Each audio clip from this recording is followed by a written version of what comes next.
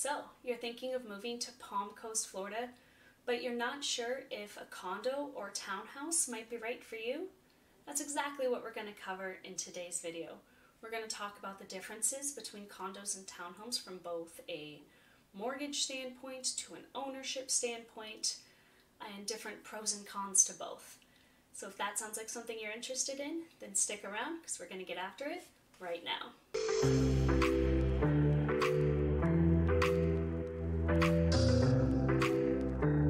Thanks for joining us today. My name is Stephanie Schulis with Keller Williams Realty, and we put out new content every week all about moving to Palm Coast, Florida, and living in Palm Coast, Florida and their surrounding areas. So make sure to tap the button below to subscribe, hit that bell for notifications so you'll be the first to be notified every time we put out new content. We get calls, texts, and emails from people looking to make the move to Palm Coast, Florida every single day, and we absolutely love it. So whether you're looking to make the move in the next 9 days or 90 days, give us a call, shoot us a text, send us an email, and we'll do everything we can to help you make a smooth move to Palm Coast, Florida. Today we're going to talk all about condos and townhouses. Attached single-family homes like condominiums or condos and townhouses are some of the most popular choices here in America, and they tend to be great starter homes and are often at lower price point than single-family homes.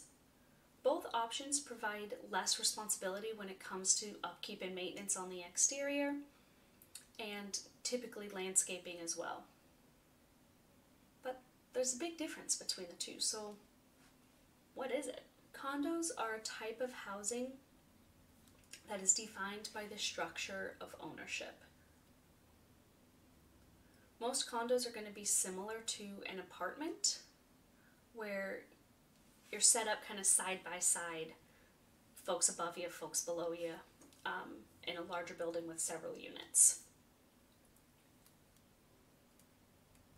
Unlike apartments that tend to be leased, condos allow for ownership of the interior of the unit.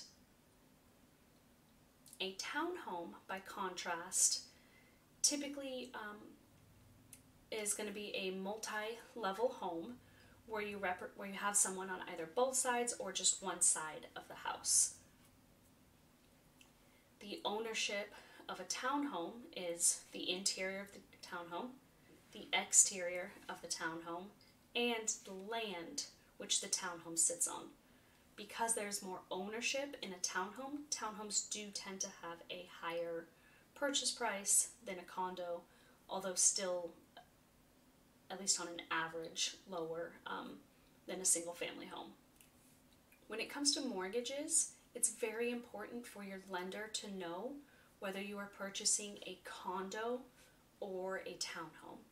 Condos typically have a higher interest rate associated with them than a townhome, and so when your lender's giving you your estimates for your monthly payments, you're going to want to make sure that they are aware that it is either a legal townhome or a legal condominium.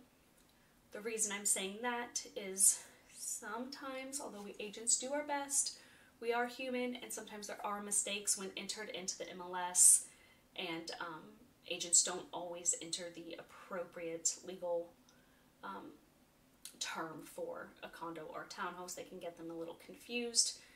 Your lender will look at what it is advertised at and will use that, and if that's wrong, that can really mess up what your monthly payments are going to be. So you're going to want to make sure that your realtor who represents you is working closely with your lender, and that everybody's on the same page on whether or not you have a condo or a townhome, and make sure that it's got the appropriate rate assigned to it. In addition to mortgages, either a condo or townhome is likely going to have an HOA. So you're going to have monthly, quarterly, or annual HOA fees assigned. Those HOA fees go into general maintenance of amenities, upkeeps on the building, and again, that can vary whether it's a condo or a townhouse in terms of what that upkeep may be. And then it can also vary greatly from HOA to HOA. typically, as I mentioned with a townhouse, you do own the exterior of the unit, and you will be responsible for maintaining the exterior of the unit. However, some HOAs for consistency will take that on, especially when it comes to roofs. And so you may not be responsible for the roof of your building, but you will be responsible for, say, the siding of your section of the townhome.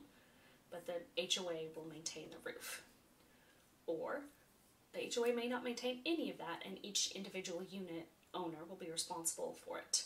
So that's something you're going to want to be keeping a very close eye on when it comes to townhomes in particular, is really having a clear understanding of what that HOA maintenance and property maintenance really includes, and make sure you're comfortable with taking ownership of that maintenance.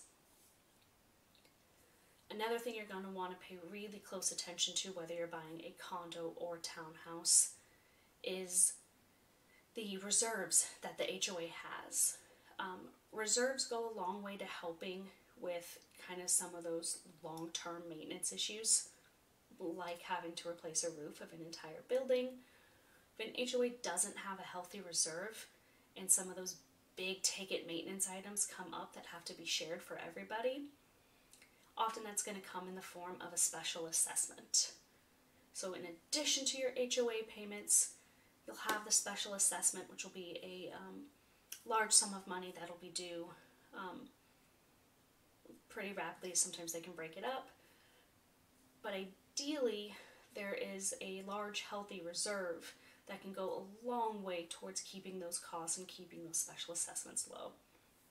So when you're looking at either a condo or a townhouse, you're not just going to want to look at what the rules are in terms of, can you have pets or something like that, and you're going to want to look at more than just what's the HOA fee and how often is it. You're really going to want to do a deep dive into the HOA's financials, make sure they have healthy reserves, make sure that the HOA meetings are productive and has good leadership, and that people are talking about plans for maintenance and are keeping on top of maintenance schedules and things like that. Similar to mortgage and interest rates, homeowners insurance rates are going to vary greatly between a condo and a townhouse.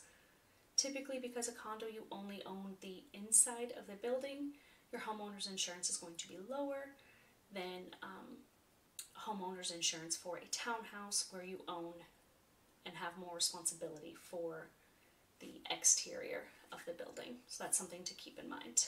Property taxes are also going to vary whether it's a condo or a townhouse. Because you have more ownership in a townhouse, the value tends to be greater, and because property taxes are based on assessed value, your property taxes are likely going to be higher when we're talking about a townhouse. If you have any specific questions about the differences between a condo or a townhouse, or the pros and the cons, please leave a comment below. We always love hearing from you guys, and we will see you on the next video.